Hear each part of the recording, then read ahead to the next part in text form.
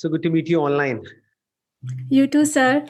First of all, I want to thank you very much for all your sessions because after watching all those sessions, it has changed the perspective of looking at life.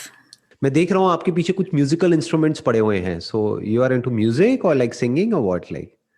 Yes sir, मैं professional singer हूँ और music teacher हूँ. मेरा यहाँ music school है, कहाँ पे exactly US में कहाँ पर है? Seattle Washington. जो भी आपके क्वेश्चंस हैं बताइए. I see that feeling comes, emotion comes because of the situations, and I do acknowledge them. पर जब एक्नॉलेज करने के बाद when I am caught up in that cycle, एक अंदर से as you said in your videos कि sit with yourself and उसको फील करो जितना कर सकते हो. पर सर मेरे में पेशेंस ही नहीं है sir. When I am like एक हद तक like one day I am doing it, but why is that urge to feel good immediately. ध्यान से समझिए, आपने कहा कि ये जो फीलिंग्स हमारे अंदर उठती हैं that is related to the situations. जो भी सिचुएशंस हमारी लाइफ में इमर्ज होती हैं, इसका कनेक्शन सिचुएशन से नहीं है या पास में जो भी कुछ आपके साथ में हुआ है उससे नहीं है. इसका कनेक्शन है आप पास्ट को या प्रेजेंट को या फ्यूचर को कैसे इंटरप्रेट कर रहे हैं. अगर आप अपने पास्ट में जो भी कुछ आपके साथ में हुआ है, जो भी ट्रॉमास हैं या जो भी कुछ बुरा हुआ है आपके साथ में पास्ट में, अगर उसको आप अपने माइंड में उसका मीनिंग चेंज कर देते हो तो आपका प्रेजेंट बदल जाएगा. बट अगर उसको कभी एड्रेस ही नहीं करते हो, पास्ट में कुछ ना कुछ तो बुरा हुआ होगा आपके साथ में लाइफ में. ऐसा कोई नहीं है जिसके साथ में कुछ बुरा ना हुआ हो लाइफ में, राइट? तो पास्ट में जो भी कुछ हुआ है वो सब हमारे अंदर कहीं ना कहीं दबा हुआ है. उसी तरह से हम प्रेजेंट को इंटरप्रेट करते हैं और उसी के बेस पे अपने फ्यूचर को देखते हैं. तो सबसे पहला स्टेप क्या है कि पास्ट को पूरी तरह से अपने माइंड में सॉर्ट आउट कर लो.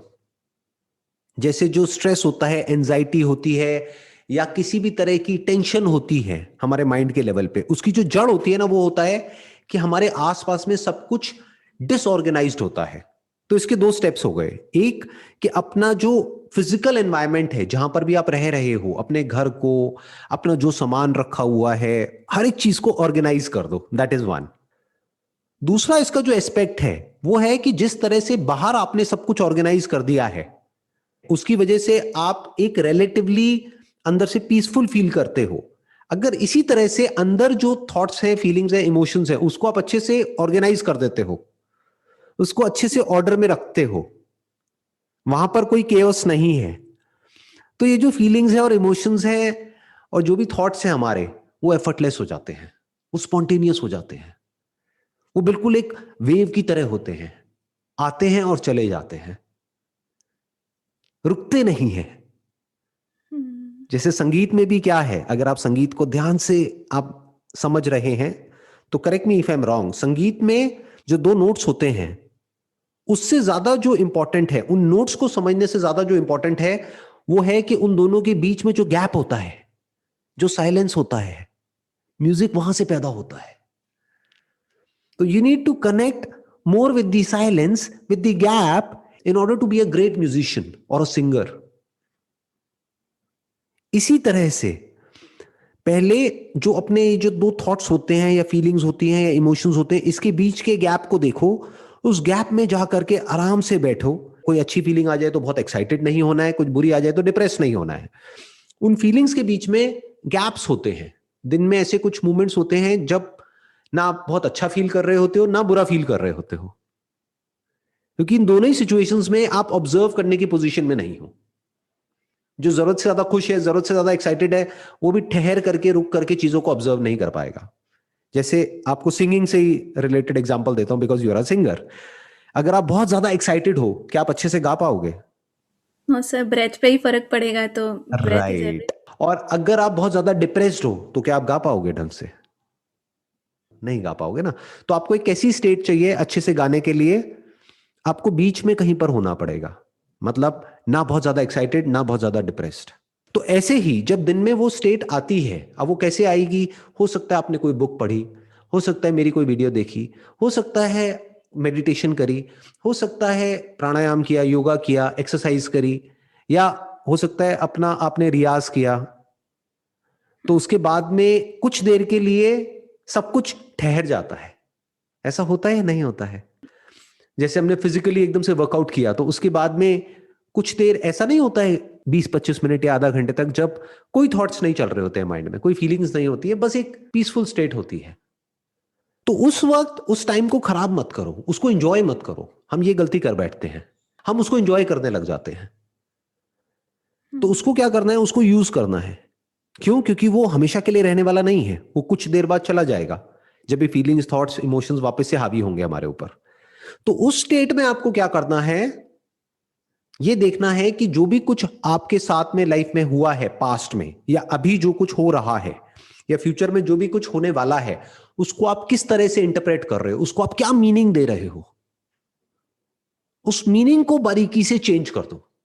Once you change the meaning of whatever happened to you in past, तो आपका प्रेजेंट और फ्यूचर ऑटोमेटिकली चेंज हो जाता है। फीलिंग्स, इमोशन सब चेंज हो जाते हैं।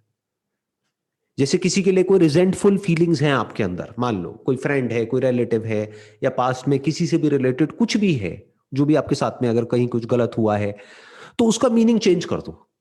उसको इस तरीके से देखो कि वो तो बहुत अच्छा हुआ, अगर वो नहीं हुआ होता तो आज मैं यहां नहीं होती, आज मैं इस तरह से नहीं गा रही होती, या मैं इस तरह से अपनी लाइफ को नहीं जी पा रही होती।